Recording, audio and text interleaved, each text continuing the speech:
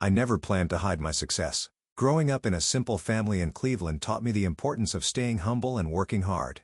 My father, a mechanic, would come home every evening with hands covered in grease and a tired but warm smile. My mother, a nurse, worked long hours, often pulling back-to-back shifts just to help me achieve my dreams. Mia, she used to tell me, success isn't about how much you own or how fancy your life looks. It's about the kind of person you are. Those words stayed with me, shaping how I saw the world and my goals in life. By the time I turned 25, I had started a small consulting business in my garage. It wasn't anything fancy at first, just me, my laptop, and lots of late nights. But I didn't give up. 3 years later, that small idea turned into a company called Multi-Tech Solutions. Today, it's worth over $300 million, but even with that success, I've always kept things low-key. I didn't care about the spotlight. I found happiness in working behind the scenes and focusing on what really mattered. Everything changed the day I met Andrew. It was an ordinary afternoon, and I was sitting in a neighborhood coffee shop, going through some contracts. I wasn't dressed to impress, just my usual jeans and a sweater. Suddenly, Andrew bumped into my table and knocked over my coffee. "Oh, no. I'm so sorry," he said, scrambling to pick up my papers before the coffee could ruin them. I could see he was genuinely worried, and his panic made me smile. "It's okay," I said with a laugh. What he didn't know was that those papers were part of a multi-million-dollar business deal. Andrew offered to buy me another coffee to make up for the spill. "Let me fix this," he said, looking so sincere that I couldn't say no. "I'm Andrew, by the way." "I'm Mia," I replied, still smiling. "And sure, I'll take you up on that coffee." That coffee turned into a long dinner, and before I knew it, we were spending more and more time together. Andrew wasn't like anyone I had ever met before. He was kind, down to earth, and passionate about his work as a high school teacher. He loved helping his students and talked about his job with so much joy. The best part? Andrew never asked me about my wealth because he didn't know about it. I told him I worked as an executive assistant at Multi-Tech Solutions. It wasn't exactly a lie. I did take care of many tasks at the company, but what I didn't tell him was that I owned it. I wanted him to love me for who I was, not for my money or success. Everything seemed perfect between us until one day it wasn't. I met Andrew's mother, Kate, a few months into our relationship. Kate Beckinsale was the kind of person who wanted to look rich and important, even if it wasn't true. Her house was full of fake designer items, and she loved talking about imaginary connections to high society people. From the very beginning, it was clear she didn't like me. "So, you're a secretary?" she asked during our first family dinner. Her sharp tone made it clear she didn't think much of me. "Andrew. Darling, wasn't there a surgeon's daughter I introduced you to?" "Mom," Andrew said, sounding irritated, "we've talked about this." But she wouldn't let it go. "I just think, considering our family standing, you could aim a little higher. The Beckinsales have always married well." I couldn't help but notice the irony. Andrew had already told me the truth about his family. They weren't wealthy at all. They lived a middle-class life, propped up by credit card debt and a lot of pretending. "I like my job," I said calmly. "It's fulfilling." Kate gave a dismissive sniff. "Well, someone has to do those things, I suppose." Her passive-aggressive comments became a regular part of family gatherings. At Christmas, while everyone else got thoughtful gifts, I received a plain office planner. "For keeping your boss's schedule," she said with a smirk. Andrew often apologized to me later, but he never confronted her directly. I understood that family dynamics can be complicated, so I let it go, most of the time. But then, one Friday dinner changed everything. Kate stormed into the room holding a newspaper. "Multi-Tech Solutions is looking for a new CEO," she announced dramatically. "This is my chance." I almost choked on my wine. It was true, my company, Multi-Tech Solutions, was searching for a new CEO. But the process was extremely selective, and Kate wasn't exactly qualified. "You're applying?" Andrew asked, looking genuinely surprised. "Of course," she replied with excitement. "After 21 years in middle management, it's time for me to move into the big leagues." She turned to me with a confident look. "Mia, why don't you put in a good word for me?" "Though I doubt your recommendation carries much weight," I kept my expression neutral. "I'll see what I can do." "Don't bother," she said, waving her hand dismissively. "I've already called in some favors. The board will be impressed with my credentials." What she didn't know was that I was the board. The following week, Kate showed up at Multi-Tech Solutions for her interview, dressed in a loud, flashy suit that screamed for attention.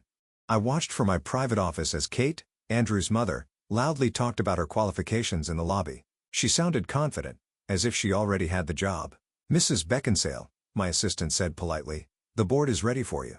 Kate straightened her back, adjusted her outfit, and confidently marched into the conference room. But as soon as she stepped inside and saw me sitting at the head of the table, her confidence faded. "Mia," she stammered, her eyes wide with shock. "What are you doing here?" I looked at her calmly. "Running my company," I replied evenly. "Please have a seat." Her face turned pale as the truth sank in. She glanced around the room, seeing the board members seated beside me. This can't be," she whispered. One of the board members nodded. "It is. Paul is our founder and majority shareholder." Kate's carefully built image started to fall apart. She stumbled into a chair, clearly overwhelmed. I opened her application file and placed it on the table. "Let's go over your qualifications," I said in a professional tone. As I reviewed her resume, it quickly became clear that much of it was exaggerated or completely made up. I questioned every detail, and the more I pressed, the more her so-called achievements unraveled. Her claims of important connections and impressive accomplishments didn't hold up under scrutiny. Finally, I closed the file and looked at her. "I think we're done here," I said firmly. "Your application is disqualified due to false information." "You can't do this," she cried, her voice shaking with anger. "This is personal." "No, it's not," I replied, my tone calm but firm. "It's professional. But since you brought it up, let me say this. I've put up with your insults and disrespect for months. This isn't revenge, Kate, it's accountability." Without another word, she stormed out of the room, muttering threats about how she would tell Andrew everything. I stayed calm, already reaching for my phone. It was time Andrew heard the truth from me, not her. Later that day, Andrew walked into my office. His face was a mix of confusion and concern. "Mom just called me, crying," he said. "She said you're her boss." "Mia, what's going on?" I motioned for him to sit down and took a deep breath. "Andrew, there's something I need to tell you. I wasn't completely honest about who I am because I didn't want to complicate our relationship. But now, I can't avoid it anymore. Let me show you." A few minutes later, Andrew stood by the floor-to-ceiling windows in my office. He looked out at the breathtaking view of the city and then at the nameplate on my desk, Mia Paul, founder and CEO. He turned to the wall lined with awards and newspaper articles about multi-tech solutions. "So, you're not a secretary," he said, his voice calm but thoughtful. "No," I admitted, stepping beside him. "I'm not. I started MTech when I was just 25, I explained softly. The company your mom made fun of me for working at, I built it from nothing." Andrew's expression shifted, and I could see the hurt in his eyes. "Why would you hide something like this, Mia? Why lie to me?" "I didn't want anyone to see just my money or my success," I replied honestly. "Do you know how many people have tried to get close to me just because of my wealth or my status? I wanted someone to love me for who I am, not for what I own." Andrew let out a deep sigh, his face softening as he thought about my words. "I get that," he said after a moment, "but you let my mom treat you terribly. You could have stopped all of this months ago. And what would that have done?" asked my voice calm but firm. "It would have just proven her obsession with status, her belief that wealth is what defines a person's value. I didn't want to play her game." Andrew rubbed the back of his neck, guilt written all over his face. "You're right," he said quietly. "I should have stood up for you. I failed you there." Before I could respond, the door to my office burst open. Kate stormed in, dragging her husband, James, behind her. Her face was red with anger, and she looked ready for a fight. "There she is. The liar. The manipulator," she shouted, pointing at me. James, who usually stayed quiet, stepped forward. "Mia," he began carefully, "this feels unprofessional. Using your position to reject Kate because of personal disagreements doesn't seem fair." I didn't let him finish. Instead, I pressed a button on my desk, and the recording of Kate's interview played aloud. Her stumbling responses and exaggerated claims filled the room. "This wasn't personal," I said firmly when the recording ended. "Your wife lied on her application and misrepresented her qualifications. The board made its decision based on the facts." Kate's face twisted in rage. "You think you've won, don't you? Just wait until everyone hears about this. The so-called genius CEO who pretended to be a secretary just to worm her way into our family." "Mom, stop," Andrew's voice thundered, silencing the room. "Just stop. Do you even hear yourself? You're embarrassing all of us. Humiliating." Kate spat. "She's the liar here." "No," Andrew said firmly, staring her down. "Mia lied about one thing, her job. But you? You've lied about everything else. Our family status, your connections, your accomplishments, it's all been fake, and I'm done pretending it's not." Kate's mouth fell open, stunned. James placed a hand on her shoulder. "Let's go, Kate," he murmured. "This has gone too far. This isn't over," she hissed as he let her out. "You'll regret this, both of you." When the door slammed behind them, silence filled the room. Andrew turned to me, looking both tired and determined. "I'm so sorry for everything my family has put you through. he said quietly. "But I need to know, where do we go from here?" Before I could respond, my assistant's voice buzzed through the intercom. "Miss Paul, sorry to interrupt, but Mrs. Beckinsale is in the lobby causing a scene. Security wants to know how to handle it." Andrew and I exchanged a tense look. He reached for my hand. "We'll deal with this together," he said firmly. I pressed the intercom button, send the security footage to my laptop, and stand by. Only step in if she disrupts operations. A moment later, the live footage appeared on my screen.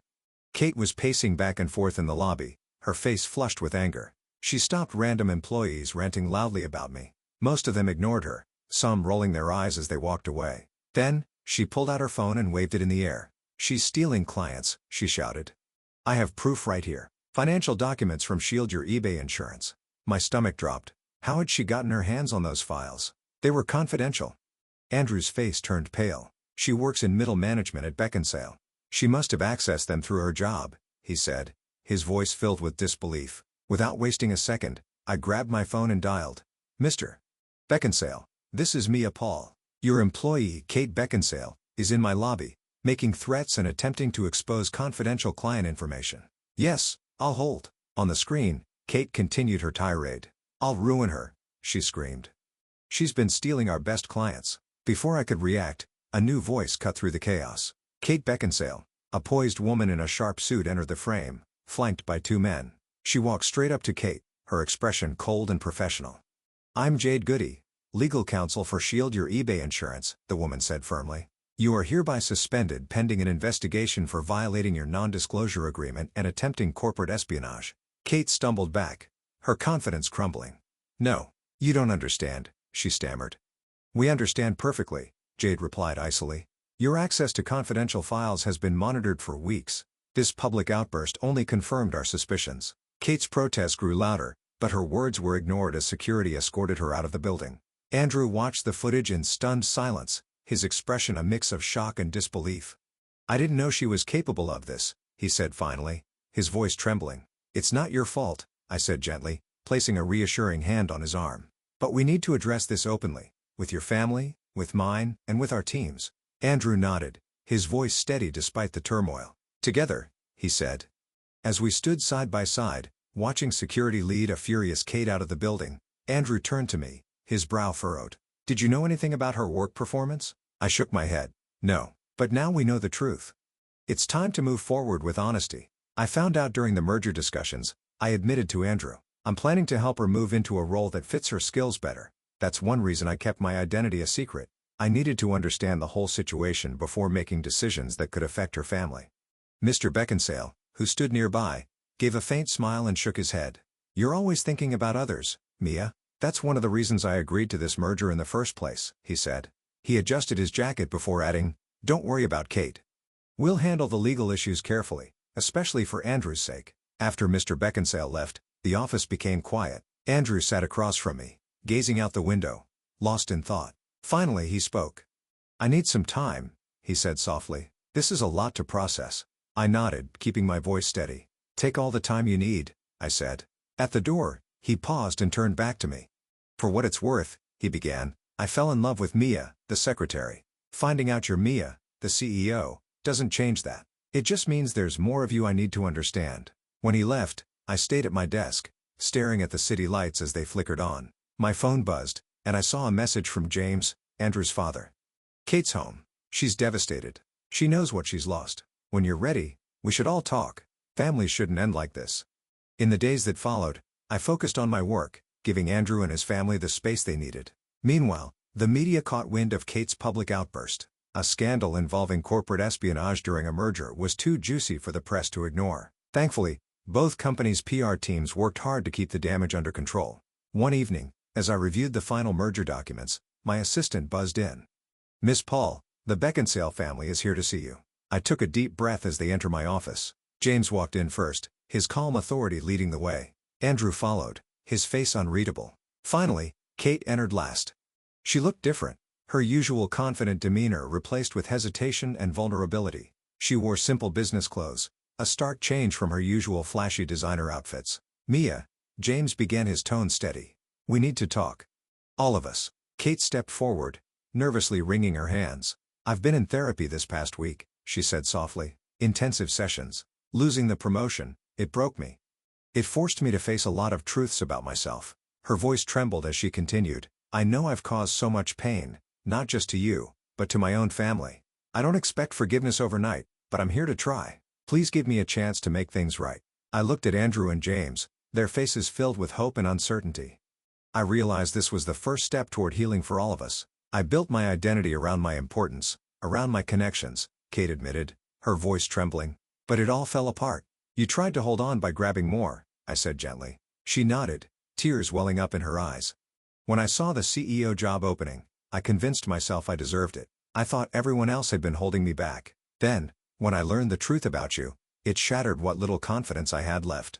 Andrew stepped closer, placing a comforting hand on her shoulder.